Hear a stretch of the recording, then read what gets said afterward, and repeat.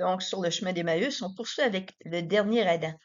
Donc, ça se trouve être un portrait assez fidèle, finalement, de Jésus, tous les événements, en fait, qui se sont produits au cours de la chute.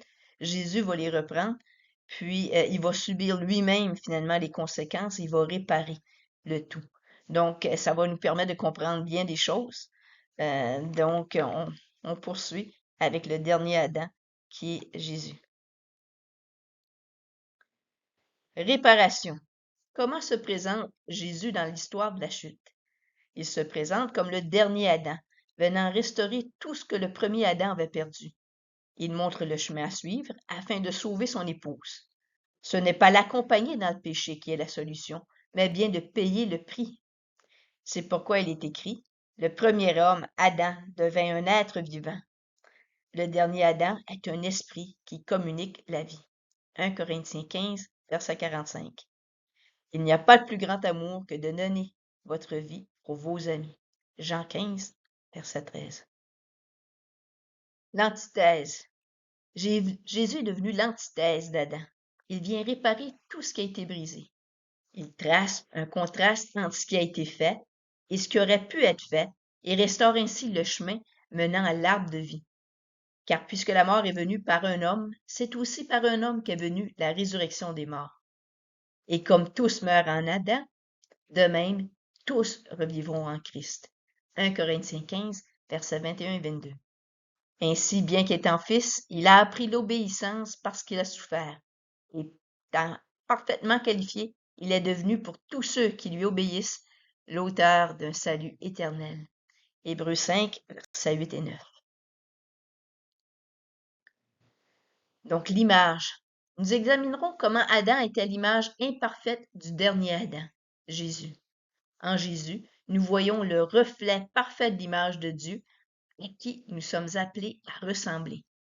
Nous tous, qui, sans voile sur le visage, contemplons comme dans un miroir la gloire du Seigneur, nous sommes transformés à son image, de gloire en gloire, par l'Esprit du Seigneur.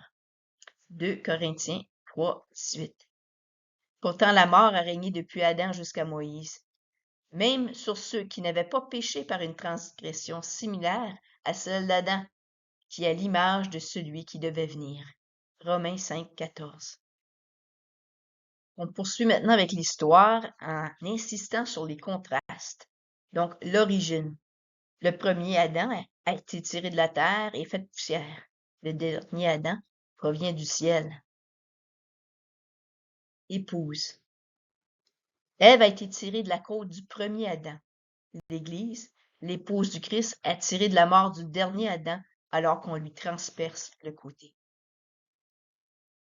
Résiste. Le premier Adam a cédé à la tentation. Le dernier Adam a su résister, alors le diable l'a quitté. Homme. Le premier Adam a voulu s'élever au rang de Dieu, alors que le dernier Adam s'est abaissé, quittant son royaume pour devenir un homme. Dieu s'est fait homme, alors que l'homme voulait devenir Dieu. Alliance. Le premier Adam prit du fruit défendu, séparant. Le dernier Adam but le vin du fruit devenu aigre, le faisant symbole de la nouvelle alliance, réunissant. Payer. Le premier Adam choisit de pécher pour ne pas être séparé de son épouse. Le dernier Adam choisit de payer la dette de son épouse. Obéissance. La désobéissance du premier Adam a entraîné la mort de l'humanité. L'obéissance du Christ l'a conduit à la croix pour le rachat de l'humanité. Le bois. Le bois vivant de l'arbre a porté le fruit et le message de la mort. Le bois mort de la croix a porté la mort et le message de la vie. Nu. Nu, le premier Adam était se cacher. Le dernier Adam s'est laissé dévêtir afin de porter la honte de notre nudité. Public.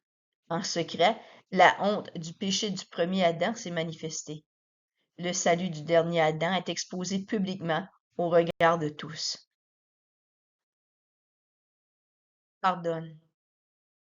Le premier Adam mit la faute de son péché sur Ève.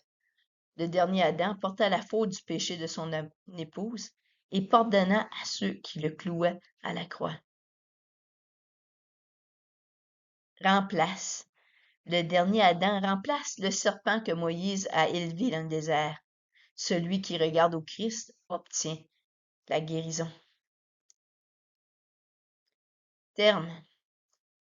Par sa mort, le dernier Adam mit fin au pouvoir du péché, introduit par le serpent, mais s'est vu infliger la morsure de la croix. Souffrance. Tout comme Ève pour ses grossesses, l'Église souffre les douleurs de l'enfantement jusqu'à ce que Christ soit formé en elle. Épine.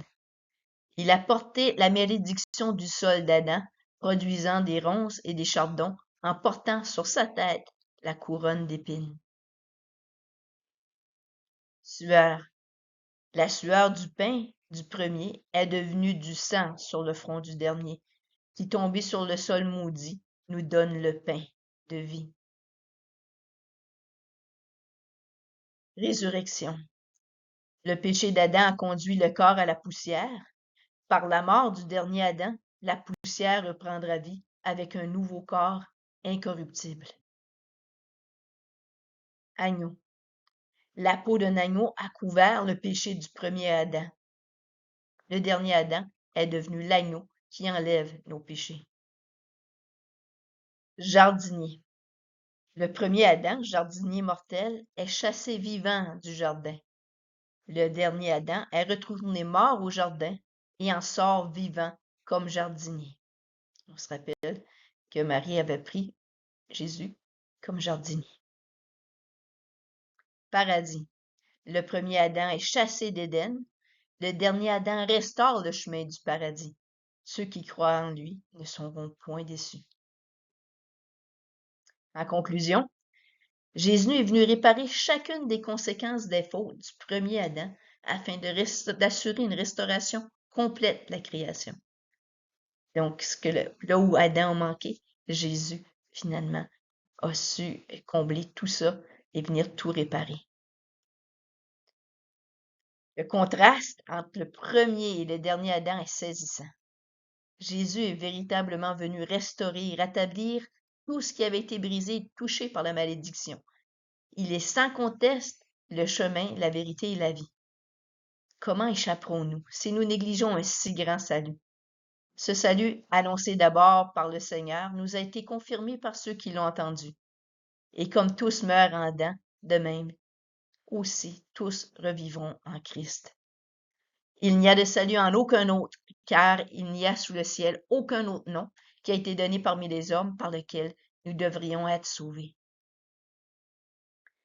Donc, ça prend fin avec l'histoire, finalement, du dernier Adam, où on voit que Jésus a précisément répondu à finalement, toutes les conséquences, mais il est venu, il les a pris sur lui-même. Donc, il a souffert, finalement, là, jusqu'au sang. Donc, nous, on n'a pas été tentés de cette façon-là, on n'a pas eu à subir ces choses-là, mais Jésus est venu vraiment payer le prix, la dette qu'on ne pouvait pas payer. Donc, toute la malédiction, mais c'est tombé sur Jésus finalement, parce que c'est lui qui l'a pris. Il a payé la dette de nos péchés. Donc, on va poursuivre sur le chemin d'Emmaüs en regardant la proposition.